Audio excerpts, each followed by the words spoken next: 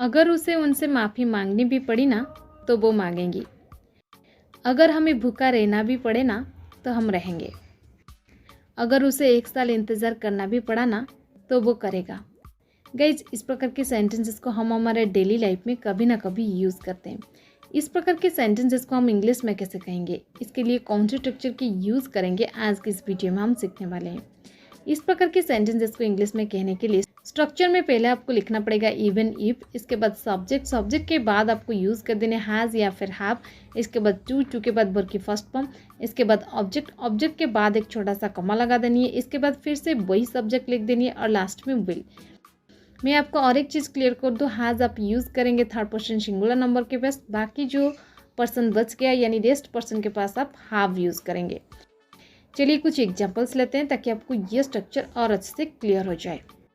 अगर हमें भूखा रहना भी पड़े ना तो हम रहेंगे। Even if we have to stay hungry we will. Even if we have to stay hungry we will. अगर उसे वहाँ जाना भी पड़ा ना तो वो जाएगा। Even if he has to go there, he will. Even if he has to go there, he will. अगर उन्हें उसे पैसे देने भी पड़े ना तो वो देंगे। Even if they have to give him money, they will.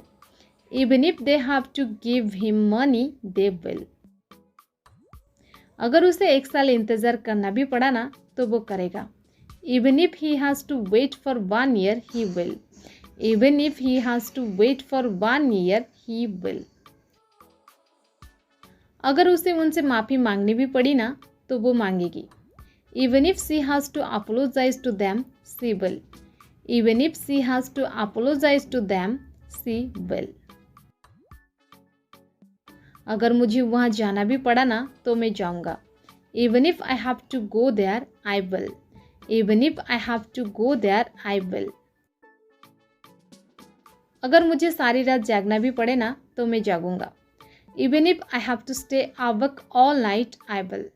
Even if I have to stay awake all night, I will. अगर उन्हें उसे पैसे देने भी पड़े ना तो वो देंगे। Even if they have to give him money, they will. Even if they have to give him money, they will.